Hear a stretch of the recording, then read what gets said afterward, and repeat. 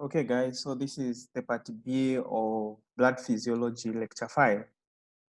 So the part A, we are just looking at the normal destruction of red blood cells, of which we discussed the function of the spleen with regard to the normal destruction of red blood cells after they have lived their lifespan, which is about 100 to 120 days.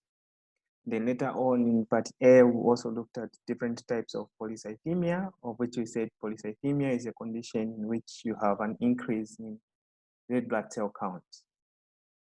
So this part of the lecture now, which is part B, we'll be just looking at anemia and different types of anemia. So the word anemia,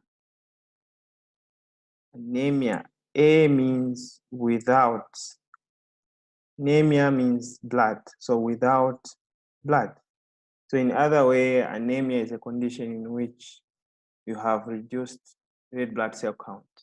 So there are different types of anemia that we'll be discussing right now. So that's what we'll be discussing right now, the different types of anemia and what could be the causes of that anemia, what could be the treatment, some of the treatment. But you know that this topic, you'll be discussing it in pathology in detail and also in hematology. So hematology, we'll discuss anemia. So here in physiology, we won't go into details of anemia, but we just want you to appreciate different types of anemia and how you can differentiate them when you're looking at these anemia under microscope. So what features are you going to use to differentiate different types of anemia? Okay, so let's start.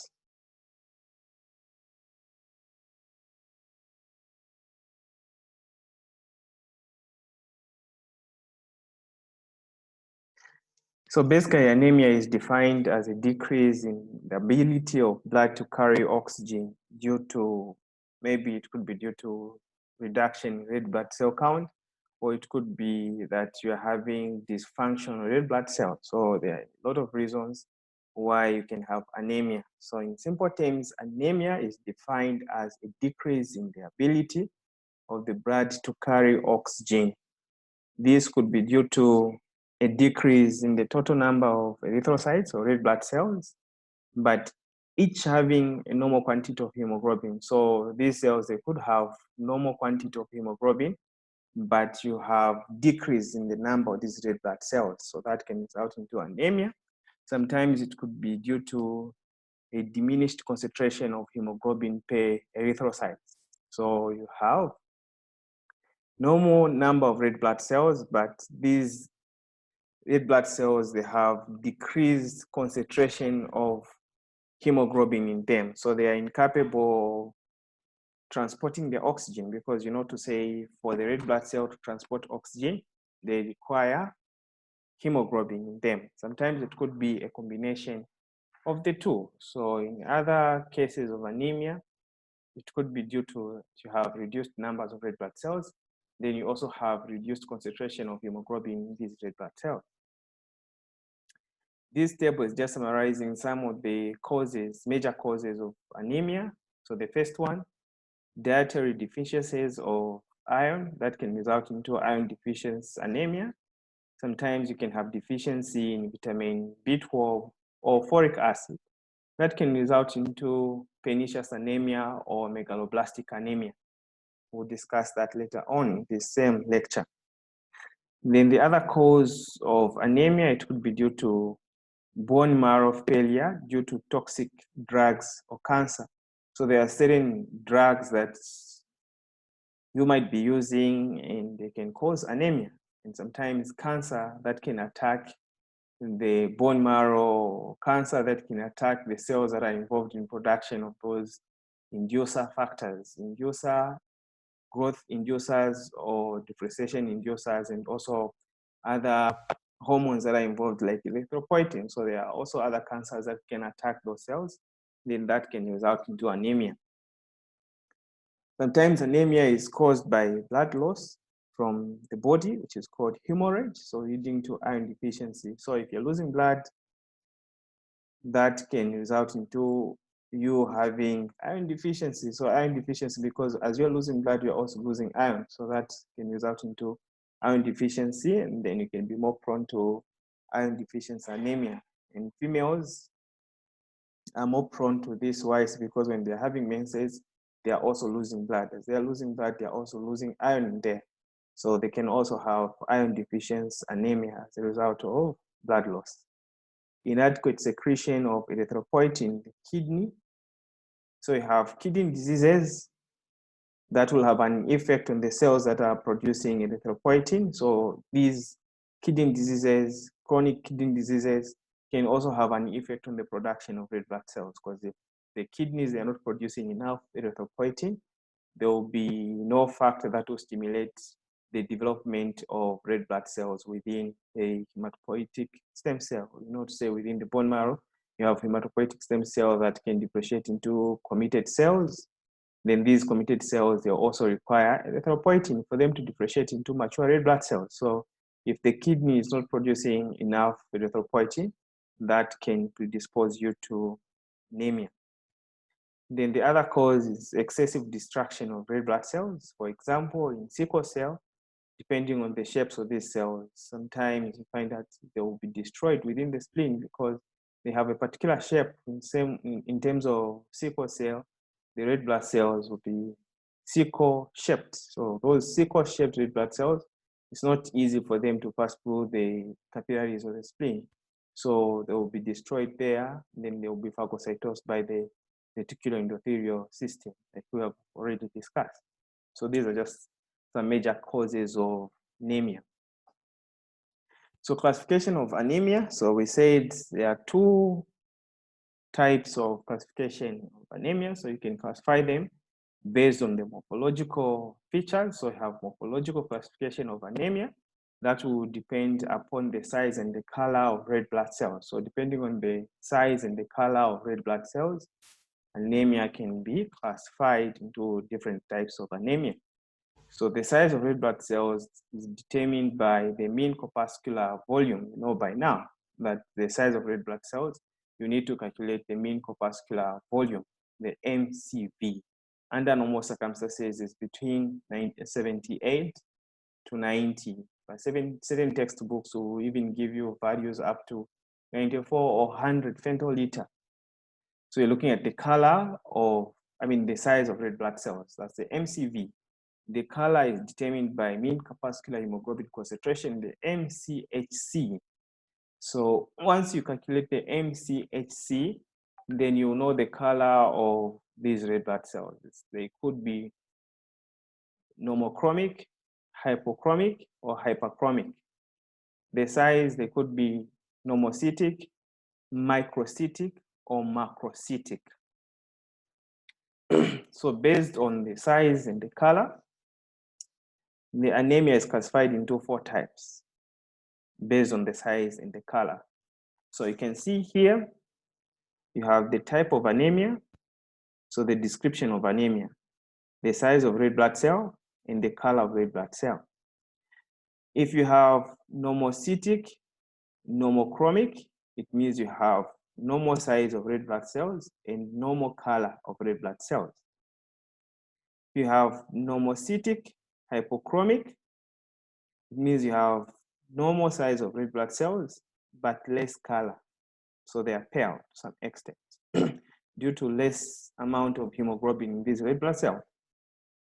Then you can have macrocytic, hypochromic.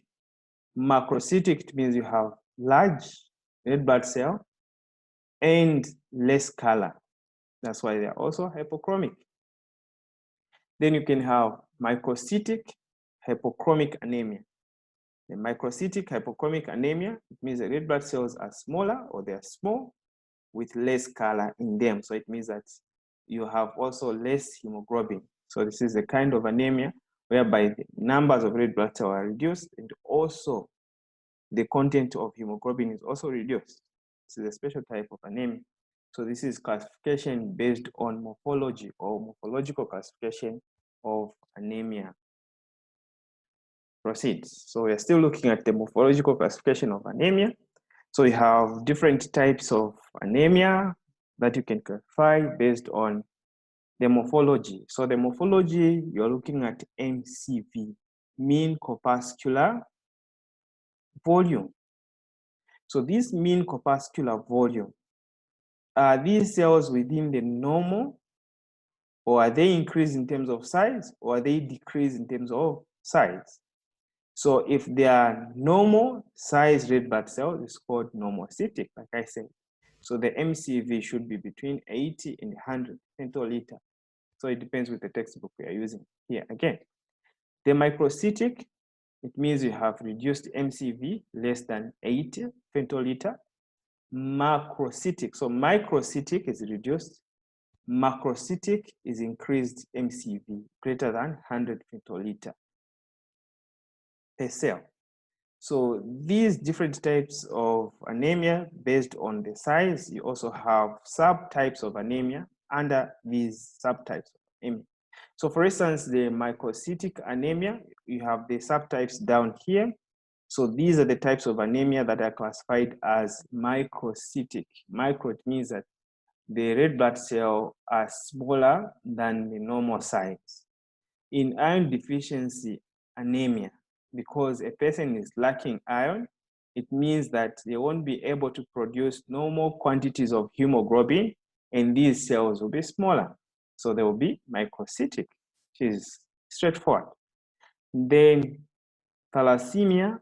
Thalassemia is another type of anemia. In thalassemia, you'll find that there is a gene that is missing, and this gene, they can code for alpha or beta polypeptide. Remember, in an adult hemoglobin, we said you have 2 alpha polypeptide chains and 2 beta polypeptide chains. So in thalassemia, it's a genetic disease whereby you are missing a gene that can code for alpha, or you're missing a gene that can code for beta. So instead of having 2 alpha, 2 beta, you can only have 1 alpha and 2 beta. In that case, it's referred to as alpha thalassemia anemia. So because you're lacking 1 polypeptide chain, the hemoglobin will be less in terms of concentration, and the cells will be also microcytic. Beta thalassemia is whereby you are lacking a gene that can code for another beta. So instead of having 2 beta polypeptide chains, you only have 1. So you have 2 alpha, 1 beta. So that is referred as to beta thalassemia. In such a case, you won't have the normal concentration of hemoglobin. So the cells will be microcytic or small cells. You also have anemia of chronic diseases, or anemia due to chronic diseases.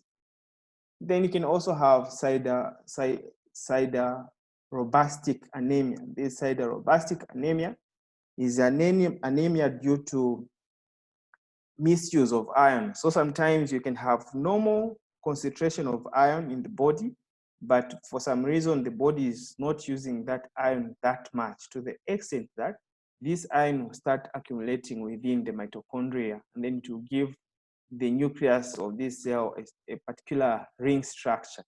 So this is called siderobastic anemia. So there is misuse of iron here. So because there is misuse of iron, you're also not producing enough hemoglobin, because you need the iron for the hemoglobin.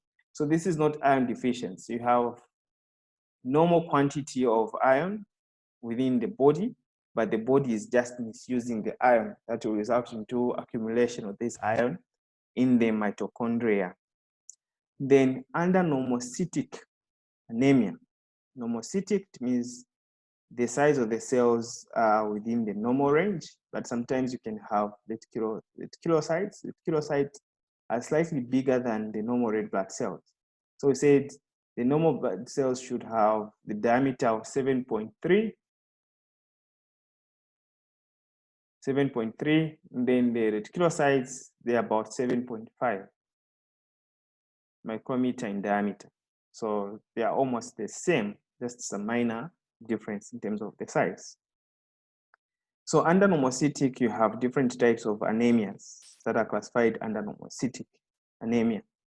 So if you have low levels of reticulocyte, or reticulocyte count is low, what kind of anemia are those? So you have marrow failure, aplastic anemia. So marrow failure, the bone marrow is not producing enough red blood cells. Aplastic anemia is also a cancer of bone marrow that is affecting the bone marrow. And then the bone marrow is also not producing enough red blood cells. So this aplastic anemia, sometimes it can change into myelofibrosis. So the myelofibrosis, it means that there is scar formation. So the hematopoietic stem cell that are aplastic, later on, there will be scar formation within the bone marrow. Then it will become myelofibrosis anemia. Then you can have leukemia, metastasis, renal failure, can also result into anemia. Renal failure because there is no enough production of erythropoietin that can also result into anemia. You can also have anemia of chronic diseases. Then with the high reticulocyte count, you have also different types of anemias here. You have sickle cell anemia. The sickle cell anemia, we'll describe it later on, but it's a situation whereby there is point mutation in the globulin. So you have those chain, the beta chain and the alpha chains of the hemoglobin. But with the sickle cell, mainly you're looking at the beta chain of polypeptide. So the beta globin. So that beta chain, you can have a point mutation at amino acid position number 6. You're supposed to have glutamine, but sometimes it can be substituted with another amino acid, which is called valine. And this valine will result into conformational change of the beta chain. That will result into folding of the beta chain, and then the shape of the red blood cell will change because of polymerization of the hemoglobin that will bring about the sickle cell. I will discuss that later on. Then you can also have anemia due to G6PD deficiency.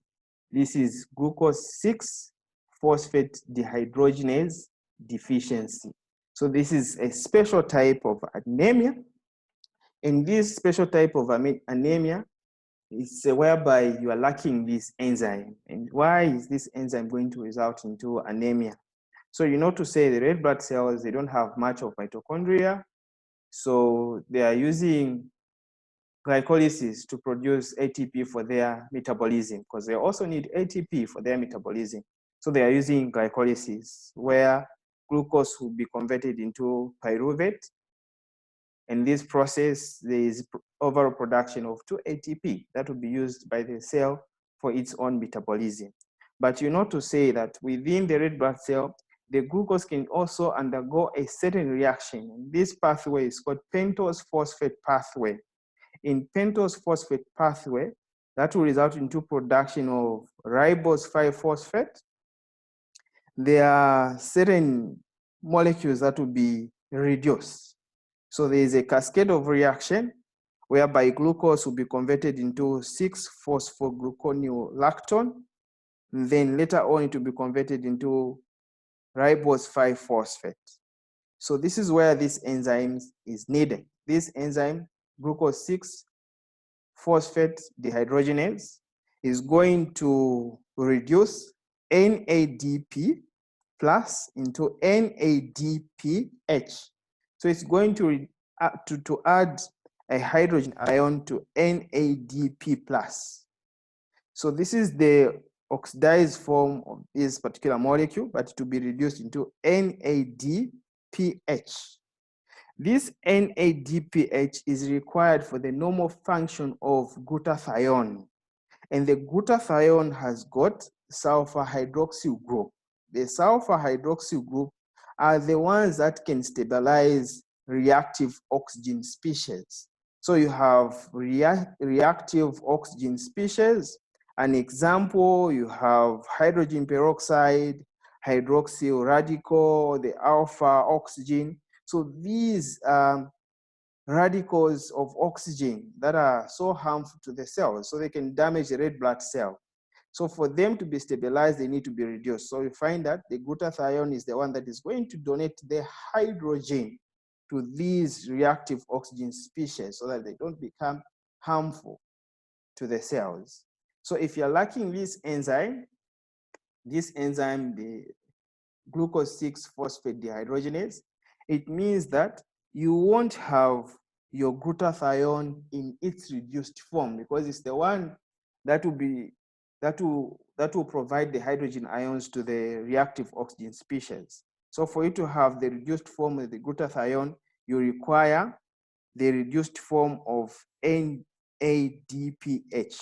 that will donate the hydrogen to the sulfur hydroxyl group, so that you have your reduced form, then they'll be able to react with the reactive oxygen species.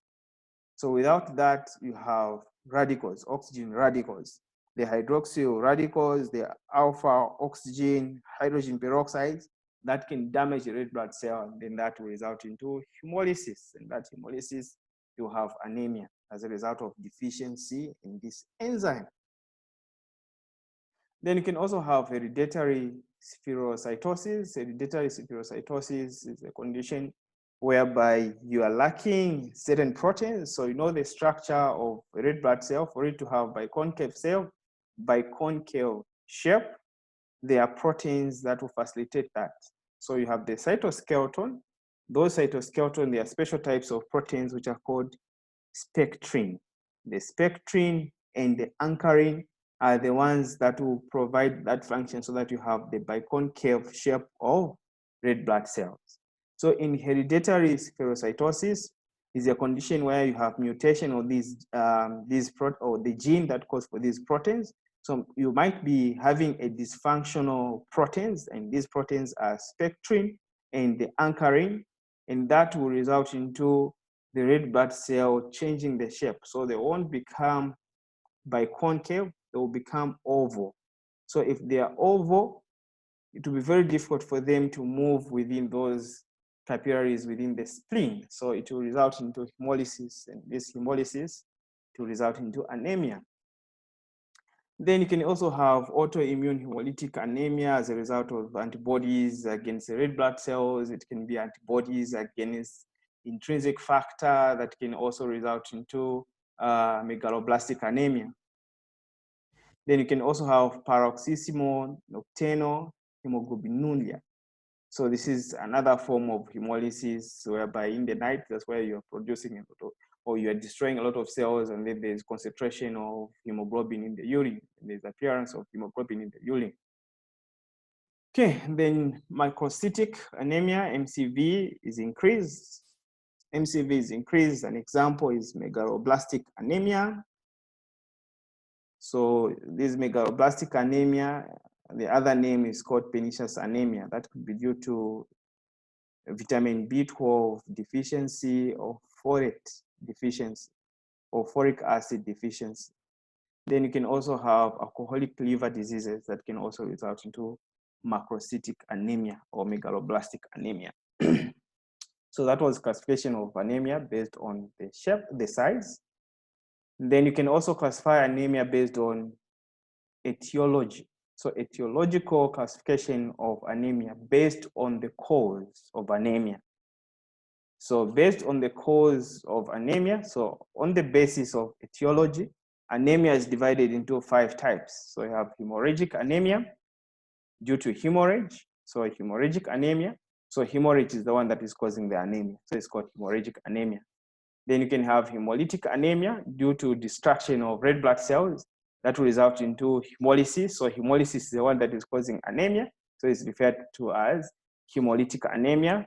Then you have nutrition deficiency anemia due to the fact that you're lacking certain nutrients that are required for the production of red blood cells. So you're having anemia due to lack of nutrition. So it's called nutrition deficiency anemia. Aplastic anemia is as a result of a tumor that is maybe developing the bone marrow, and the bone marrow is not producing anemia. So it's called aplastic anemia. Anemia of chronic diseases. So this is anemia that is caused by chronic diseases. For instance, kidney problems or kidney diseases can also result into anemia, and the other chronic diseases. Maybe you can have an ulcer, so you are losing blood. Maybe you have an abscess or a cancer. And then in that process, you're also losing blood, and then that can also result into anemia. So this is classification of anemia based on the etiology or the cause of the anemia. So in particular, the different types of anemia that we're going to discuss in this class. So we're going to look at iron deficiency anemia, anemia owing to hemolysis, then also look at sickle cell anemia, erythroblastosis fetalis. We discussed this in lecture 4, so I'm not going to discuss with you here again, but just know to say it's a different type. It's a type of anemia that you can appreciate in fetus or neonates, depending on whether they are having that resource incompatibility. Thalassemia, we'll discuss thalassemia, pernicious anemia, and aplastic anemia. So these are the different types of anemia that we're going to discuss in details. Just a bit of information, not necessarily in detail. So let's start by looking at anemia owing to blood loss. So iron deficiency anemia is an example that we're going to discuss. So anemia owing to blood loss. So let's start by looking at iron deficiency anemia. Iron deficiency anemia is defined as a reduction in total blood iron to an extent that iron stores are fully exhausted and some degree of tissue iron deficiency is present.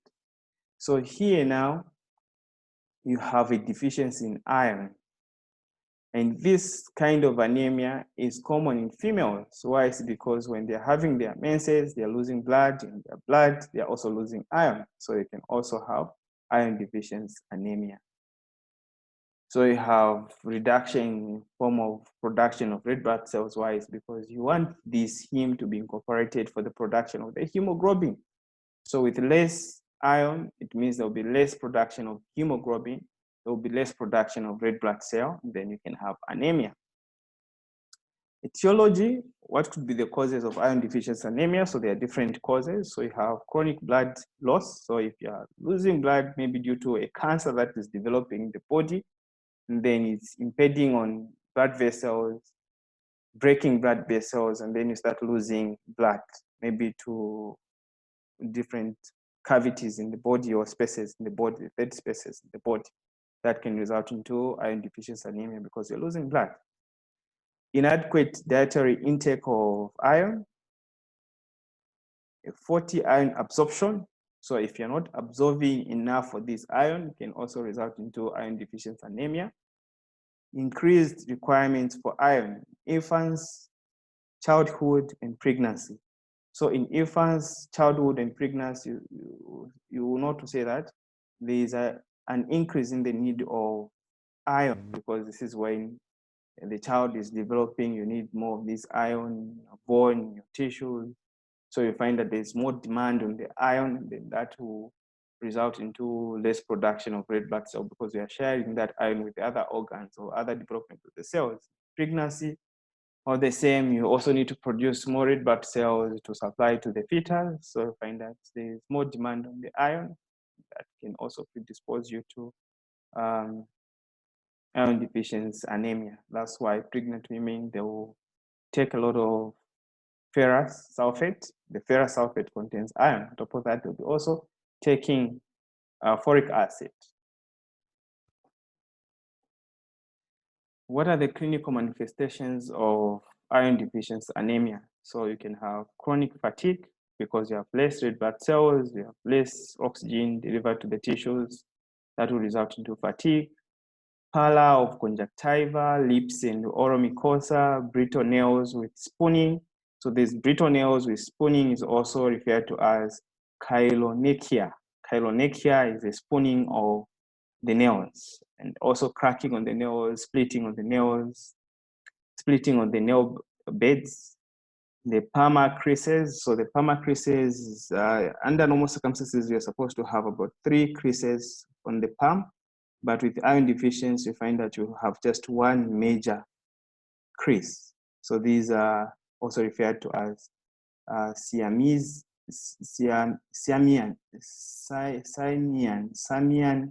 crease, where you have just a major one, like an ape or a monkey, something like that. So this is referred to as permacreases, and then you have palpitations of the heart. Why? It's because you have less blood, so the heart is overworking, trying to pump the less blood to the tissues. So you have palpitations of the heart, shortness of the breath, and numbness. Shortness of the breath because you have less red blood cell to deliver the oxygen. So you have shortness of breath. Numbness is because you have less oxygen to the tissues. So if you have less oxygen to the tissues, that can also trigger a necrosis, and then you can have numbness or that. Bone pain. You can also have bone pain as a result of iron deficiency anemia.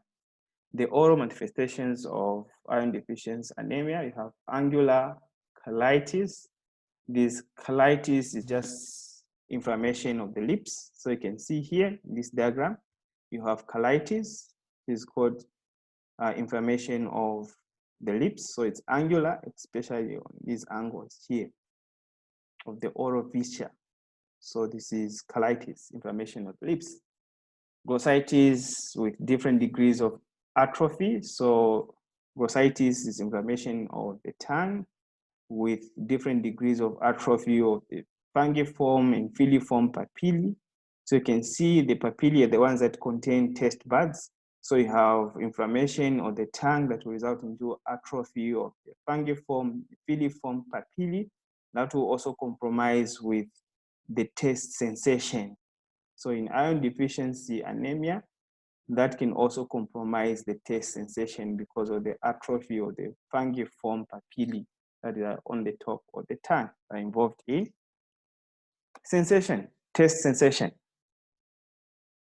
Then you can also have oral candidiasis. There's oral candidiasis, there's proliferation of fungi, candida albicans can start developing in the mouth. So you have this fungal infection in the mouth, which is called oral candidiasis. Then you can also have recurrent aphthous stomatitis. So these are just small ulcers that can be present on the tongue. Okay, so they are called aphthous stomatitis. Then you can also have erythematous mucositis. So you have inflammation of the mucosa. Then because of all these, you can have a burning mouth. What would be the laboratory findings of iron deficiency anemia? So as you know, this is microcytic anemia. So you have small red blood cells, and you have less concentration of hemoglobin, of course. So there will be microcytic and hypochromic anemia. Microcytic hypochromic anemia due to inadequate supply of iron for the normal hemoglobin synthesis. So you're not producing enough hemoglobin. So there will be microcytic and then hypochromic. By now you understand. So the number of red blood cell count is also going to reduce. On average, a normal person should have about 5 million red blood cell per cubic millimeter of blood, but in iron deficiency anemia, the red blood cell count will reduce to 3 million to about 4 million cubic millimeter cells per cubic millimeter of blood. So you have low hemoglobin. You also have low serum iron and ferritin with an elevated total iron binding capacity. The ferritin is a protein that is used for storing iron.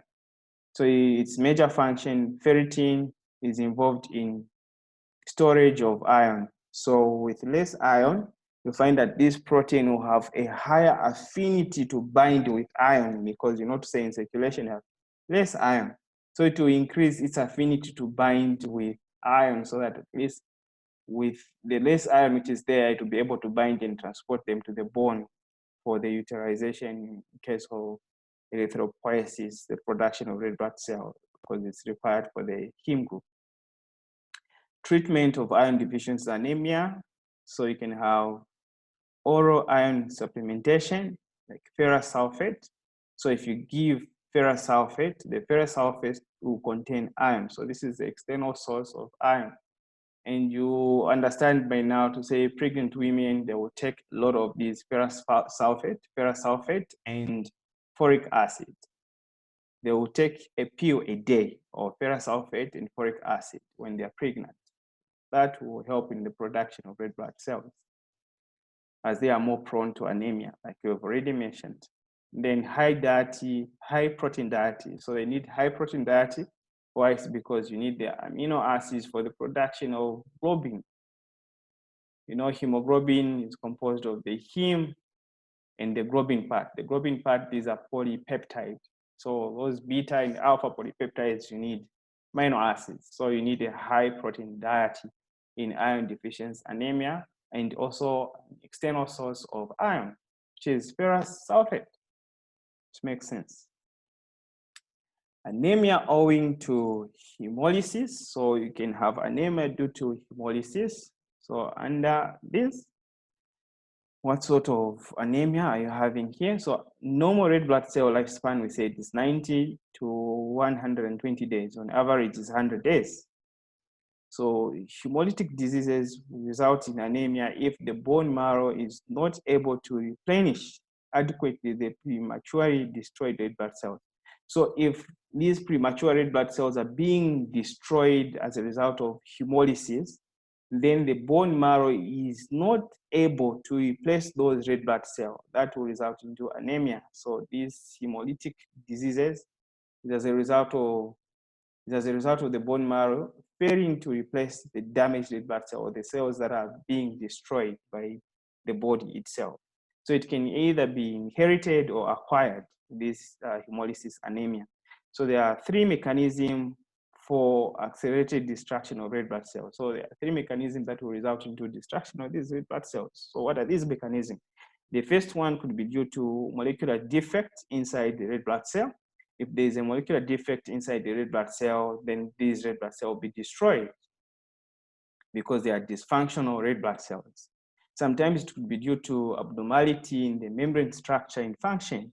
So if the membrane structure is not functioning very well, it's abnormal, then these red blood cells will be destroyed, like in case of hereditary spherocytosis, like I've already explained. Then you can also have environmental factors or mechanical trauma or drugs that can also result into hemolysis. Then you have hemolytic anemia. The clinical manifestations of hemolytic anemia or anemia owing to hemolysis, what clinical signs are you going to see as a result of this hemolysis? So the clinical manifestations, the signs and symptoms depend on the mechanism that leads to red blood cell destruction. So depending on the mechanism, you have different types of clinical manifestations. So you have acute back pain. So you have back pain, you have renal failure. Why you're having renal failure is because you have toxins that can destroy the liver, the kidney cells. So you have renal failure, you have fatigue, you're carrying less oxygen to the tissues. That will result into fatigue, loss of stamina, of course. Then you have breathlessness or shortness in breath. Tachycardia, these are increased heartbeats. So you have tachycardia, the heart rate has increased. Hemoglobinuria, because of hemolysis, you have the hemoglobin that is appearing now in the urine, which is called hemoglobinuria. On physical findings, you have jaundice of the skin and the mucosa and splenomegaly. So why are you going to have jaundice is because you have a lot of hemoglobin that is being destroyed. In the products of hemoglobin, you have bilirubin. The bilirubin is the one that will cause discoloration of the skin, as we explained earlier on, and also the mucosa. So you can see the jaundice of the skin and mucosa. Splenomegaly is because the spleen is overworking. There's too much of hemolysis. There's so much of these cells that are being destroyed within the spleen. Then the spleen will increase in size, which is called splenomegaly. The oral manifestations of hemolysis or hemolytic anemia, you have pallor or jaundice of oral mucosa. Then you also have paresthesia of the mucosa. So you have those tickling or needles and pins sensation of the mucosa. Hyperplastic marrow spaces in the mandible, maxilla, and facial bones. So you have hyperplastic marrow, meaning that to compensate for the hemolysis, the bone marrow of the mandible, the maxilla, and the facial bones, they will increase their capacity to produce red blood cells just to compensate for the hemolysis that is taking place. So these are some of the oral manifestations that you can see in the patient with hemolytic anemia. The laboratory findings in hemolytic anemia, you have an elevated reticulocyte count, is the most useful indicator of hemolysis. So if you have elevated reticulocyte count, that is pointing to hemolytic anemia. Why? It's because you are destroying much of the red blood cells. So if you are destroying the red blood cells, the bone marrow will be active. So they will start releasing reticulocytes into the circulation. So you also have anemia associated with reticulocytosis, an increase in the number of reticulocytes. So this increase in the number of reticulocytes is reflecting the erythroid hyperplasia of the bone marrow, like I've already explained. Moving on to another type of anemia. So this is anemia that is also owing to the hemolysis. So it could be a type of anemia, but you're also having hemolysis in here. So this is sickle cell disease or sickle cell anemia. So sickle cell disease is also called sickle cell anemia. So what happens in sickle cell anemia? There is hereditary type of chronic hemolytic anemia transmitted as Mendelian dominant, non-gender linked characteristics. So this is exclusively in blacks and in whites of Mediterranean origin. So what happens generally in sickle cell anemia? So this is a genetic disease. So under normal circumstances, I told you to say that a hemoglobin adult or adult hemoglobin, you have 2 alpha, 2 beta chains. But here in sickle cell anemia, it's a point mutation. It's a point mutation. Why? You have substitution of valine for glutamine at the 60th position of beta globin chain. So on the beta globin chain, on the 60th position, under normal circumstances, you need to find glutamic acid or glutamine. But if this glutamine for some reason is replaced for valine, then the structure of this beta globin chain will change. Why? It's because the glutamine is hydrophilic amino acids.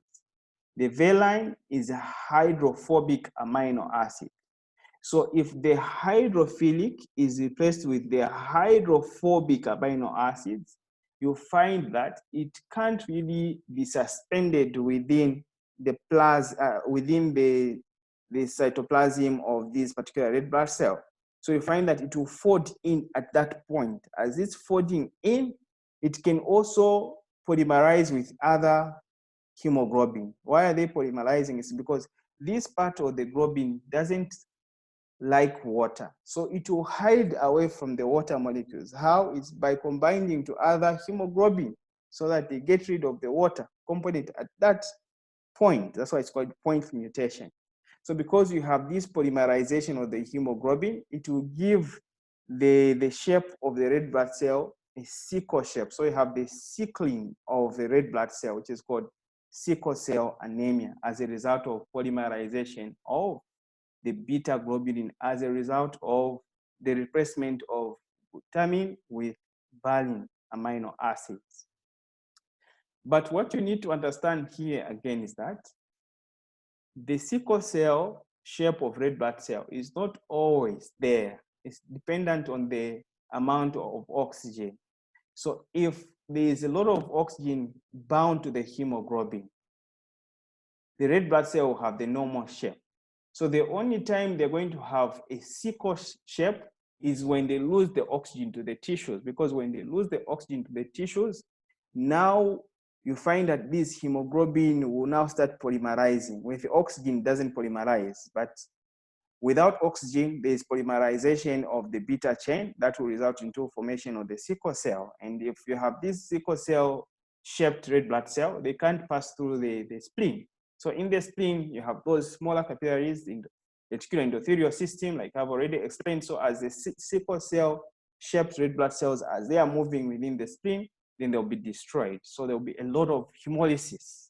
That's why it's a special type of hemolytic anemia. Okay, so a bit of information on the sickle cell anemia. The erythrocytes have their normal biconcave discoid shape distorted, generally presenting a sickle-like shape.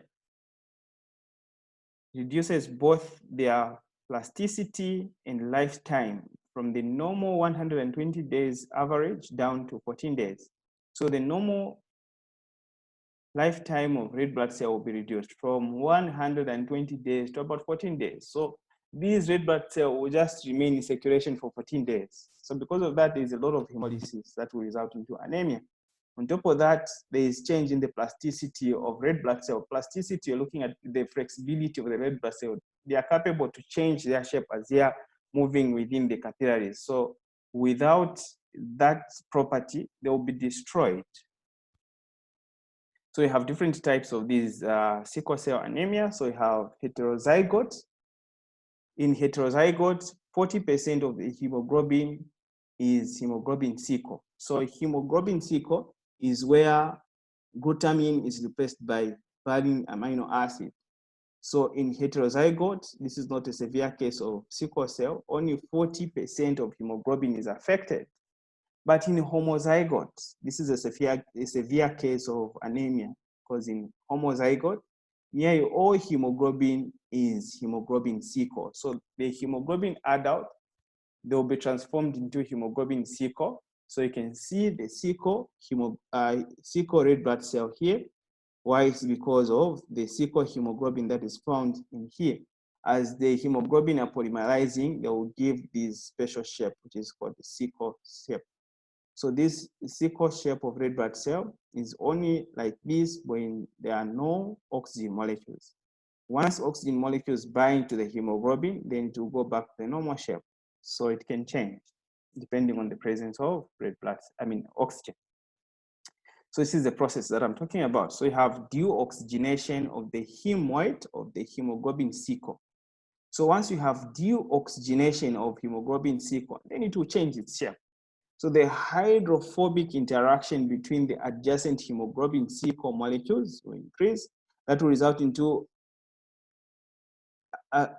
aggregate into a large polymer. So if you don't have this oxygen, they'll aggregate into a large polymer, distorting the red blood cell into a classic sickle shape. So they will become now a classic sickle shape without the oxygen. And these classic sickle shape, they will cause obstruction of microcirculation. So they will obstruct the microcirculation. So they are going to block blood supply to certain tissues. This is called vaso-occlusive crisis. So the vaso-occlusive crisis is as a result of the sickle-shaped red blood cell. They are sickle-shaped, so they can't pass the capillaries so well. They will start blocking the blood supply to these organs. So it will result into vaso-occlusive crisis. And this, if it happens within the penis, there is a condition which is called priapism. This priapism is where you have the sickle cell shaped blocking the blood supply to the penis. So there will be accumulation of fluid within the penis, and then these kind of people, they will have an erection that will not result. An erection that will be permanent there, in other way. So they will have more like a permanent erection. But this erection is not due to arousal, but is due to vaso-occlusive crisis. So that can be treated. But if this is taking place within the spleen, then it will be splenomegaly. So due to this obstruction of microcirculation, it will result into hypoxia. And you know to say hypoxia is going to promote sickling. So if the blood cells that are supplying the lungs are the ones that are being blocked, so that will result into hypoxia with less oxygen. If you have less oxygen, then the chances of you having a sickle hemoglobin is high because there will be polymerization of the hemoglobin, like I've already explained. So what are the clinical manifestations of sickle cell anemia or sickle cell disease? The clinical manifestations, so it's common in females before the age of 30 years for some reason. And then you can also have cerebrovascular accident or strokes. Why? It's because of vaso-occlusive crisis. If the blood vessels are supplying the brain are blocked, then you can have these cerebrovascular accidents or stroke. Then you can also have a plastic crisis leading to severe anemia, chronic leg ulcers. So you can see an ulcer here. It's very difficult to heal as well.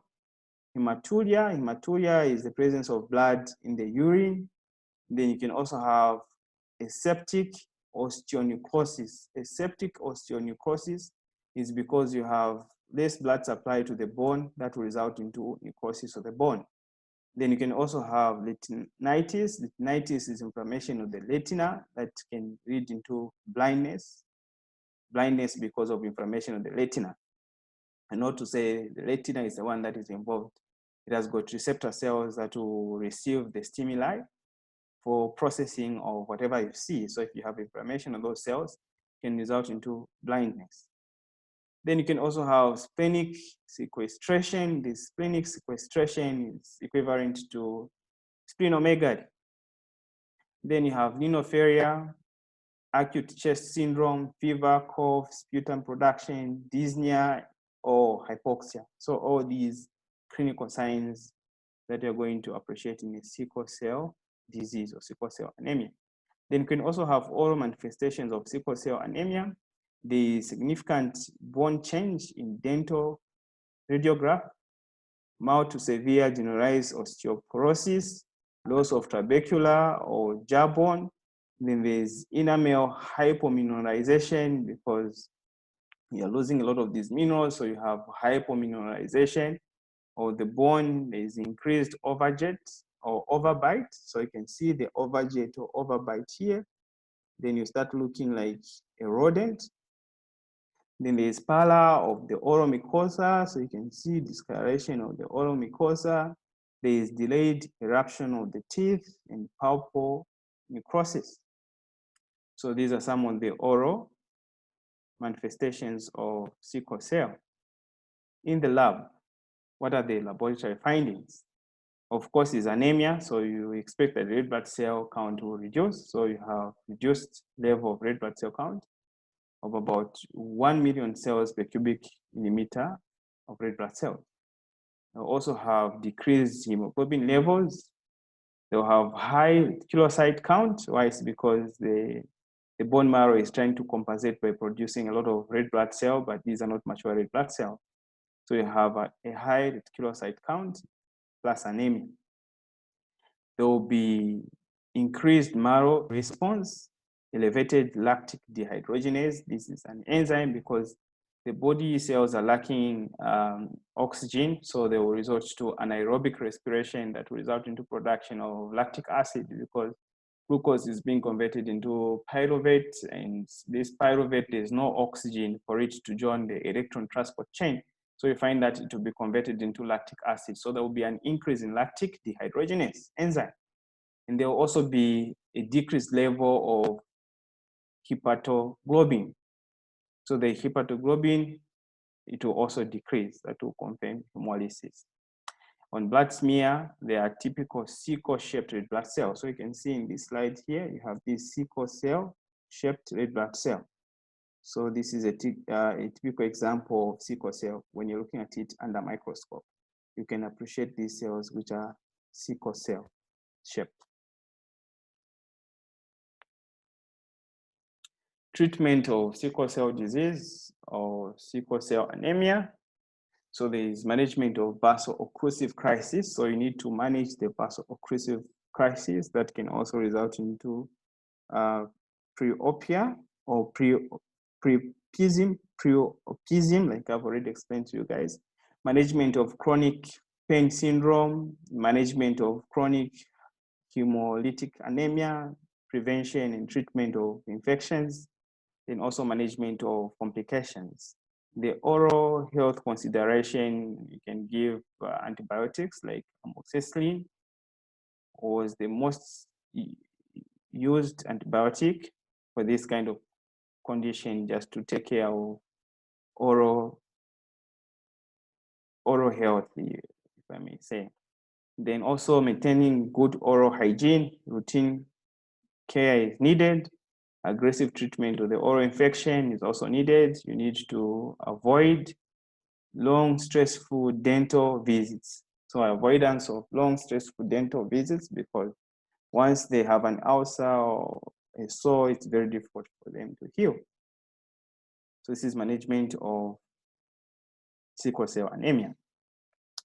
So moving on to a different type of anemia, thalassemia or thalassemias. So like I said, here is a problem with the gene. So thalassemia is a group of genetic disorders of the hemoglobin synthesis characterized by a disturbance of either alpha or beta hemoglobin chain production. So the production of the alpha or beta chain is compromised. So there are different types of thalassemia. Yeah? So an estimated 900,000 deaths are expected to occur in the next 20 years with clinically significant thalassemia disorder. So this is just a projection in the future. So it was first described by Thomas B. Coley in 1925. So thalassa means sea in Greek. So this thalassa, it means sea in Greek. So thalassemia, you're looking at the production of these hemoglobin that are found in the red blood cell.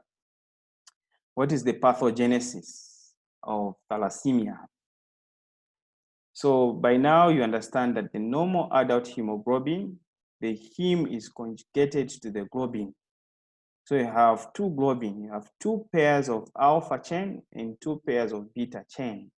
So 2 alpha, 2 beta, this is a normal adult hemoglobin.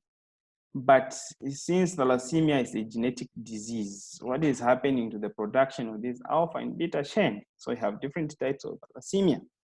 So thalassemia, group of anemias. So you have heterogeneous group. In heterogeneous group, there is diminished synthesis of alpha chain and beta chain of the hemoglobin adult. So according to this, they can be classified into two. You have thalassemia alpha and thalassemia beta. In thalassemia alpha, there is a deficient synthesis of alpha chain. In thalassemia beta, there is a deficient synthesis of beta chain. So because of that, it will result into unstable hemoglobins, and these unstable hemoglobin will be damage to the erythrocytes. Once there is damage to the erythrocytes, there will be vulnerability to destruction. So it means they'll be destroyed by the spleen, and you have hemolysis out of that. But you need to know to say that the cells will be microcytic in these thalassemia. Why? It's because they'll be microcytic because you're not producing enough hemoglobin component, which is the globin part of it. Then in heterozygotes, in these heterozygotes, the disease is mild and is called thalassemia minor or thalassemia trait. So it will just represent both the alpha and the beta thalassemia. So this is heterozygote. So it's thalassemia minor. So it's not that severe in heterozygote. But in homozygotes, the case here is severe. So you have the severe form of thalassemia, which is called thalassemia major, or the beta thalassemia, or the Cooley's anemia. Production of beta chain is markedly decreased or absent. So there is no production of the beta chain. So there is no like one beta chain being produced here. So it's absent, completely absent or reduced. So the consequent decrease in the synthesis of the total hemoglobin occurs, and then you have severe hypochromic anemia. So it will be hypochromic because you're not producing the beta chains. So you don't have much of the hemoglobin, because the hemoglobin, you need 2 alpha, 2 beta to have the normal color. So if you're lacking the beta chains, they need to be hypochromic. So this is a severe case of thalassemia. Then let's move on to different types of anemia. I'm running out of time, so I need to speed up. So let's look at anemia owing to the decreased production of red blood cells. So in this case, let's start by looking at megaloblastic or pernicious anemia. Vitamin D, vitamin B12 which is called cobalamin deficiency. And sometimes it's as a result of folic acid deficiency as well. So cobalamin deficiency, folic acid deficiency, pernicious anemia, or megaloblastic anemia. So this anemia, I think you understand by now. And so there are different forms of this pernicious anemia, or there are different causes of pernicious anemia. The number one cause is vitamin B12 deficiency. So how can you have vitamin B12 deficiency? I told you to say that under normal circumstances, there are cells within the GIT, within the stomach, that are producing intrinsic factor. Those cells are called Pareto cells. So if to some extent they are not producing enough intrinsic factor, it means that even if you're taking in vitamin B12, it will not be able to be absorbed, and that will result into pernicious anemia or megaloblastic anemia. And sometimes it can be due to autoimmune diseases. The autoimmune diseases, the situation whereby your own immune cell is producing antibodies or antibodies against the Pareto cells or against the intrinsic factor itself. So these antibodies, they will go and attack the Pareto cells, or they can go and attack the intrinsic factor. So if they're attacking the intrinsic factor, the antibodies will go and attach to the intrinsic factor. So even if you are having vitamin B12, the vitamin B12 won't be able to bind with the intrinsic factor. If they're not binding, then they won't be able to be internalized, or they won't be able to be absorbed, because absorption of vitamin B12, it requires the intrinsic factor, because the intrinsic factor is the one that is going to facilitate the receptor endocytosis. So the intrinsic factor is the one that is going to bind to the receptor for the internalization of the vitamin B12. So without the intrinsic factor, there is no absorption of vitamin B12. And you know to say the function of vitamin B12 is required in erythropoiesis. So for these erythrocytes to mature into red blood cell, you need vitamin B12. So without vitamin B12, you don't have maturation of red blood cells. So there will be immature cells. So these immature cells, they are larger, they are bigger. That's why you have more of megaloblastic anemia in pernicious anemia. Clinical manifestations of pernicious anemia, you have hematological manifestations, neurological manifestations, psychiatric manifestations, and cardiovascular manifestations. So hematologic manifestations, you have megaloblastic or macrocytic anemia. Then you're also going to have pancytopenia. Pancytopenia is referred to as leukemia and also thrombocytopenia. So leukemia is reduced white blood cells, thrombocytopenia is reduced production of platelets as a result of iron deficiency anemia. The neurological manifestations, you have paresthesia, or the tickling or numbness of the hands and the feet, peripheral neuropathy, of muscle weakness, impaired sense of smell, syncope or fainting. And then the psychiatric manifestations, you have fatigue, irritability, personality changes, mild memory impairment, depression. Cardiovascular, increased risk of myocardial infarction and also stroke. So these are some of the clinical manifestations of megaloblastic anemia. The oral manifestations, you have the beef red. So this tongue is described as beef red because there is inflammation of the tongue. Okay, and then there's also glossitis, which is inflammation of the tongue. And then you can also have dysphagia and also taste alteration that has been reported, because if you have inflammation of the tongue, then it will be difficult for you to swallow because you're using the tongue for you to swallow. The tongue is involved in the swallowing reflex. So if you have inflammation in the tongue, you have difficulties in swallowing or eating. Then at the same time, you also have taste alterations because you have these papillae that are inflamed or atrophied.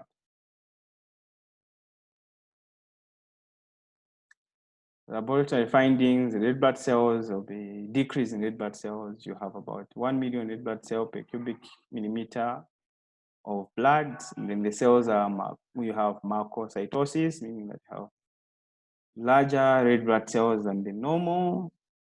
Then you can also have polycytosis. This polycytosis, you have different size of red blood cells or variation in the shape of cells that are present. So you can see here, you have these cells that would appear like a tear or a tear or pear. So you have abnormal shapes of these red blood cells as a result of megaloblastic anemia. And then sometimes you can have mild to moderate thrombocytopenia, can also be noticed.